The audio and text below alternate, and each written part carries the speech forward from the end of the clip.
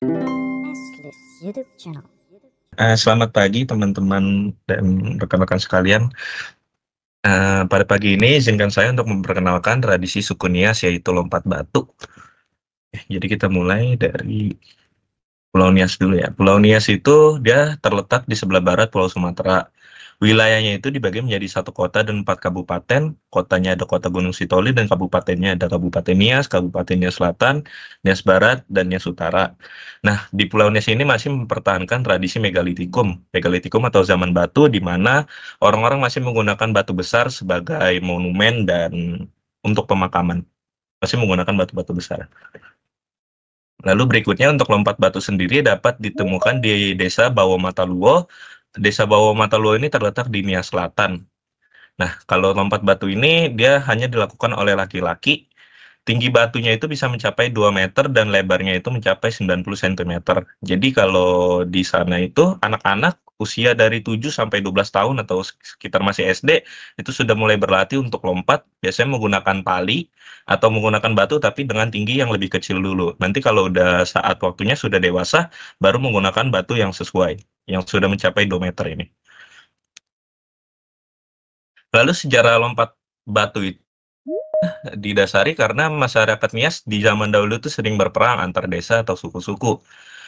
Yang menyebabkan terjadinya perang adalah rasa dendam, perebutan tanah, dan masalah perbudakan.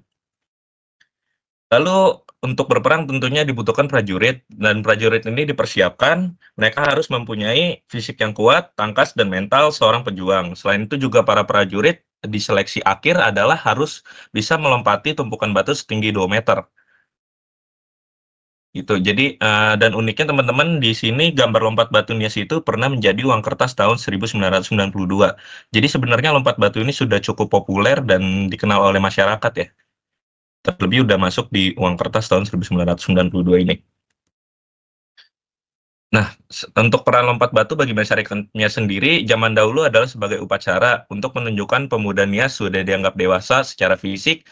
Selain itu, yang berhasil juga mereka memperoleh pengakuan sosial dan kehormatan.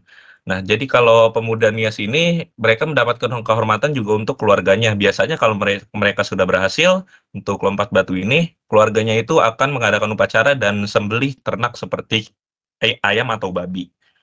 Terus di masa lalu ini upacara lompat batu itu menjadi ritual wajib. Jadi semua laki-laki di sana zaman dahulu tuh harus melakukan upacara lompat batu. Tapi kalau sekarang udah nggak gitu. Sekarang untuk jadi atraksi budaya dan olahraga tradisional aja. Terus kalau misalkan zaman dahulu, kalau misalkan pemuda itu sudah bisa lompat batu, baru diperkenankan untuk menikah. Kalau belum, berarti mereka nggak boleh menikah. Jadi harus berhasil dulu, baru boleh menikah. Nah, kalau sekarang lompat batu nggak harus dilakukan oleh semua orang, cuma jadi atraksi budaya dan biasa masih diperingati untuk festival tahunan. Lompat batu ini sekarang menjadi salah satu daya tarik utama wisata di Pulau Nias. Banyak turis datang untuk menyaksikan atraksi ini dan belajar lebih banyak tentang budaya Nias.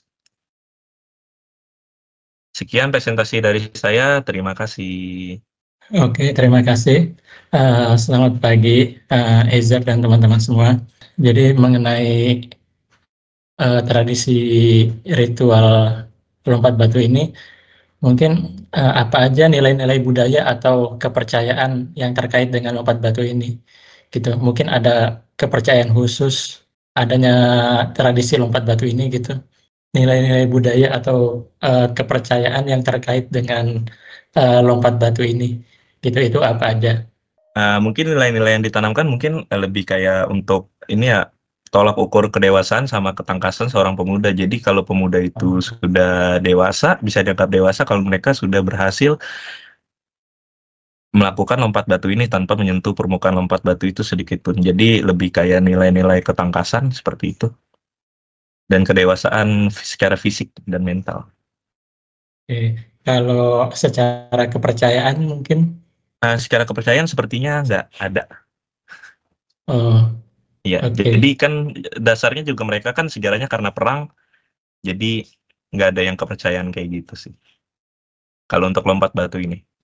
Terima kasih ya atas presentasinya yang menarik dari Kak Izar ya tentang tradisi lompat batu yang ada di Pulau Nias. Presentasinya sangat mengapresiasi nilai budaya dan sejarah yang ada di Pulau tersebut.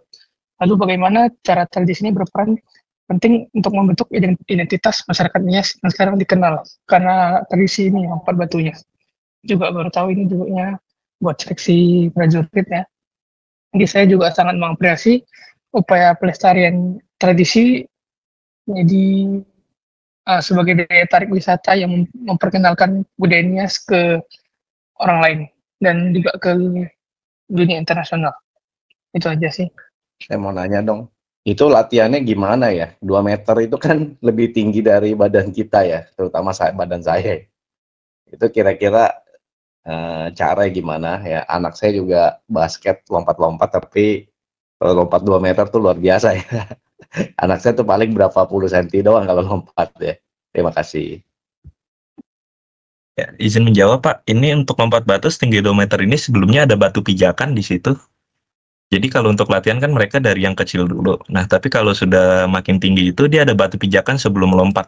Kalau boleh sedikit gambarnya saya kasih nih di sini, ada di bawah sini ada batu pijakan untuk mereka nanti bisa melompati batu ini. Jadi sebelumnya ada batu pijakan jadi nggak benar-benar loncat setinggi 2 meter. Jadi seharusnya mungkin ini bisa dilakukan kalau sudah latihan dari, ini juga kan latihan dari kecil, tentunya bisa lompat lebih tinggi harusnya.